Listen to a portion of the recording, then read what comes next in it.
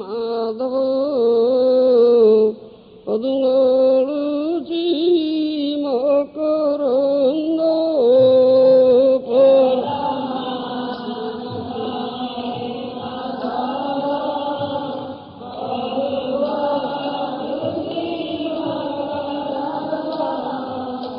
সেই মকরন্দ পান করি আনন্দী বল হরি হরি।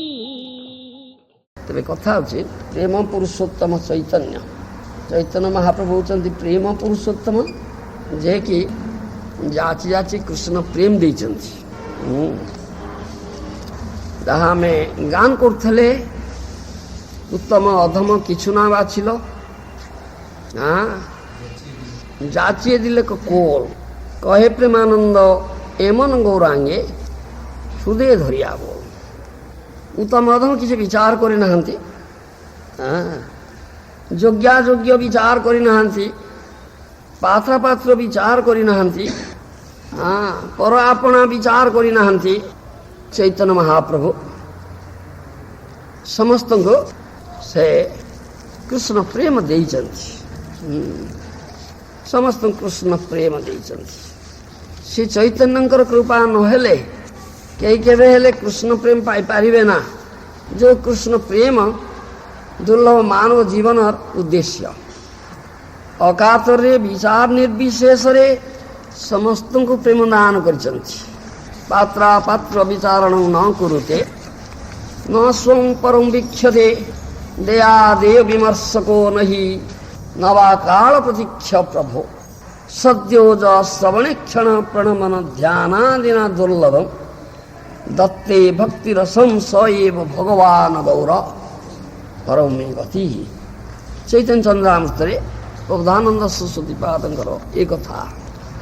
ଯେଉଁ ଗୌରଚନ୍ଦ୍ରଙ୍କ ଠାରେ ପାତ୍ରାପାତ୍ର ବିଚାର ନାହିଁ, ପର ଆପଣା ବିଚାର ନାହିଁ, ଯୋଗ୍ୟ ଅଯୋଗ୍ୟ ବିଚାର ନାହିଁ, ଶୁଭାଶୁଭ ବିଚାର ନାହିଁ, ଏସବୁ ବିଚାର ପରିତ୍ୟାଗ କରି ଶ୍ରବଣ ଦର୍ଶନ ଧ୍ୟାନ କିମ୍ବା ପ୍ରଣାମରେ ଯେ ଦୁର୍ଲଭ ପ୍ରେମଦାନ କରନ୍ତି, ସେଇ ଗୌର ଭଗବାନ ଏକମାତ୍ର ମୋର ଗତି, ଅନ୍ୟ କେହି ନୁହେଁ।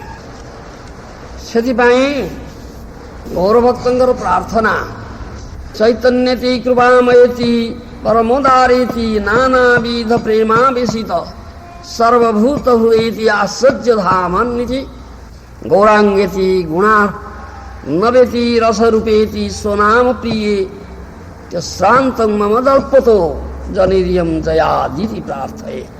हे सर्वभूत चिताकर्षक, हे सचिदानंद विग्रह श्री चैतन्य चंद्र, हे दयानिधे, हे महावदान्य, हे नानाविध प्रेमावेशित सर्वभूत हृदय, हे तप्त कांचन सदृश परम चमत्कार कांतिधारिण गौरतनु श्री हरि, हे कल्याण गुणवारिधे विप्लवम्भ रस विग्रह, हे स्वनाम प्रिय।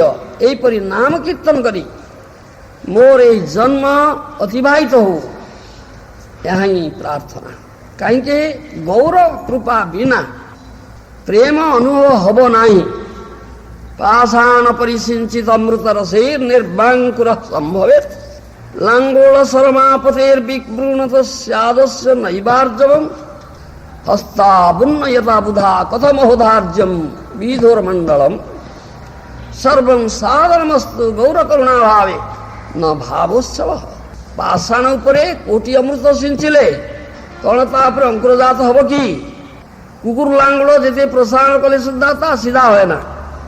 हाथ बढ़े किए चंद्र को धरी पार कि? यहाँ जेपरी सब हो पार ना, ठीक से गौर कृपा वित्त प्रेम अनुभव हो पार ना।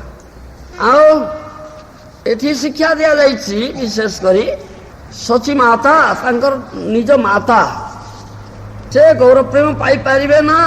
कहीं अदिताचार्यंकर पाद पद्मरे अपराध करछन्ति, इटा कथाटा कहा अदिताचार्यंकर पाद पद्मरे अपराध करछन्ति, सेति पाई पाई पारिबे ना।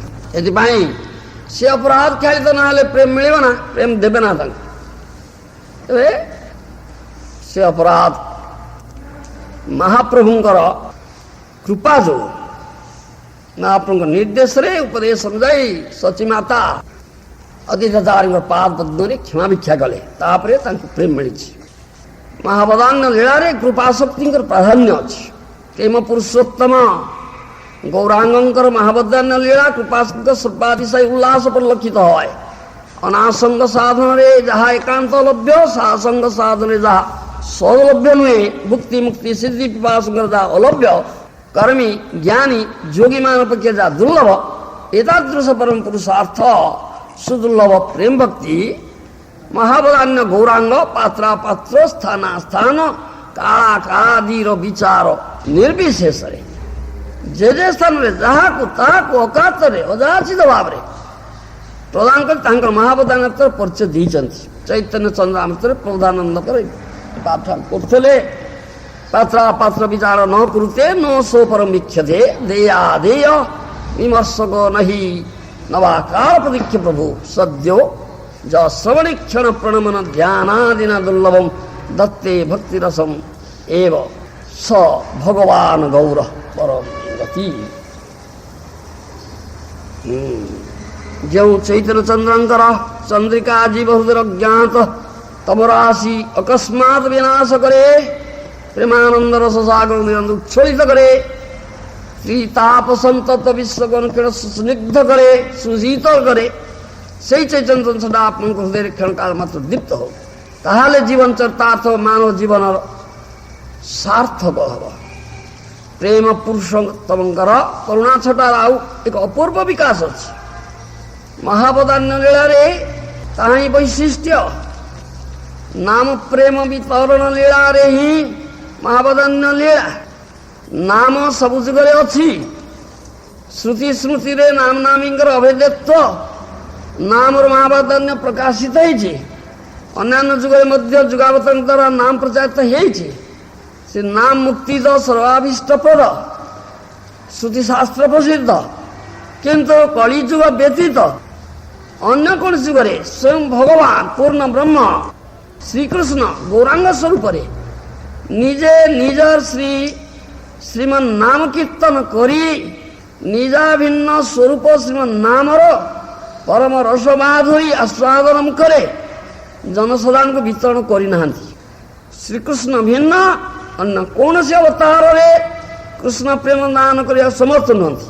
ସେହି ଶ୍ରୀକୃଷ୍ଣ ଗୌର ସ୍ୱରୂପରେ ନିଜ ନାମ ପ୍ରେମ ଆସ୍ୱାଦନ ପୂର୍ବକ ନିଜେ ଆପାମରଙ୍କୁ ପ୍ରଦାନ କରିଛନ୍ତି।